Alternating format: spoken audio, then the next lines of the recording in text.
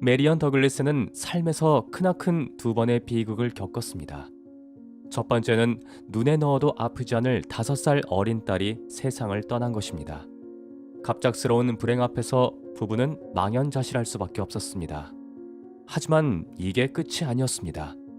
곧이어 두 번째 불행이 들이닥쳤습니다. 아기가 태어나자마자 5일 만에 죽어버린 것입니다. 그는 연이은 두 번의 시련을 감당하기 어려웠습니다. 저는 현실을 받아들일 수 없었습니다.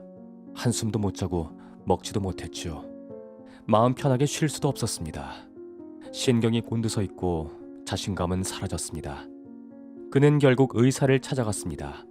한 의사는 수면제를 처방했고 다른 의사는 여행을 권유했습니다. 하지만 둘 다 그에게 아무런 도움이 되지 못했습니다. 슬픔이 너무 커서 몸을 까딱하기조차 힘이 들었고 삶의 의욕마저 사라졌습니다. 그런데 다행히도 그에게는 4살 배기 아들이 남아 있었습니다. 그러던 어느 날 오후 여느 때처럼 처연한 기분으로 앉아 있는데 아이가 내게 와서 말했습니다. 아빠, 배를 만들어 주세요. 물론 저는 배를 만들 기분이 아니었습니다. 사실 아무것도 하기 싫었죠. 하지만 끈질기게 졸라대는 아이를 외면하기 어려웠습니다. 장난감 배를 만드는데 3시간이 걸렸습니다. 그런데 배가 완성될 즈음 놀라운 사실을 깨달았습니다. 몇 달 만에 처음으로 마음의 안식과 평화를 맛본 것입니다. 이후 저는 무기력증에서 벗어났습니다. 1. 걱정을 치료할 방법은 어떤 일에 몰두하는 것이다. 끔찍한 전쟁으로 정신신경증에 걸린 군인들이 후방으로 이송되면 군의관들은 다음과 같은 처방을 내립니다. 그들을 계속 움직이도록 만드세요. 환자들은 숨 돌릴 시간조차 없이 여러 활동을 해야 했습니다. 낚시, 야구, 골프, 댄스 등 대부분 5개 활동이었습니다. 어떤 일에 몰두하게 함으로써 전쟁의 참상을 반추할 기회를 주지 않았던 것입니다. 이를 작업요법이라 부르는데 이는 마치 놀이나 일을 약처럼 처방하는 것을 말합니다. 어떤 일에 몰입한 것이 왜 걱정을 몰아낸 것일까요?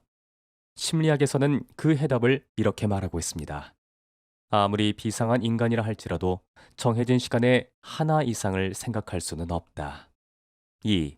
바쁘지 않을 때 우리의 정신은 진공 상태에 가깝다. 정신과 의사들은 말합니다. 바쁘게 사는 것이 최고의 정신질환 치료 중 하나다라고 말입니다. 대부분의 사람들은 코를 쳐박고 열심히 일합니다. 정작 이때는 인간의 정신이 위험에 빠지진 않습니다. 인간이 위험에 빠지기 시작할 때는 그 일을 마치고 난 다음입니다. 그때가 되면 우리의 상상력은 천방지축 날뛰고 터무니없는 공상을 떠올리게 하며 사소한 실수를 과장해서 보여줍니다. 걱정이라는 음울한 악마가 서서히 당신을 공격하기 시작한 것입니다. 그때부터 내가 잘 살고 있는 것인지, 아무런 발전 없이 같은 자리를 맴도는 건 아닌지 스스로 걱정을 만들어내는 것입니다. 어니 제이 젤린스키의 느리게 사는 즐거움에는 이런 말이 나옵니다. 당신이 하는 걱정의 40%는 절대로 일어나지 않은 일에 대한 걱정이며 30%는 이미 일어난 일에 대한 걱정이다. 그리고 22%는 사소한 걱정이며 4%는 어쩔 수 없는 일에 대한 걱정이다. 결국 당신이 하는 걱정의 96%는 정말 쓸데없는 짓이라는 의미입니다. 나는 고민거리를 오직 2가지로 나눕니다. 내가 걱정에 해결할 수 있는 고민과 해결할 수 없는 고민입니다.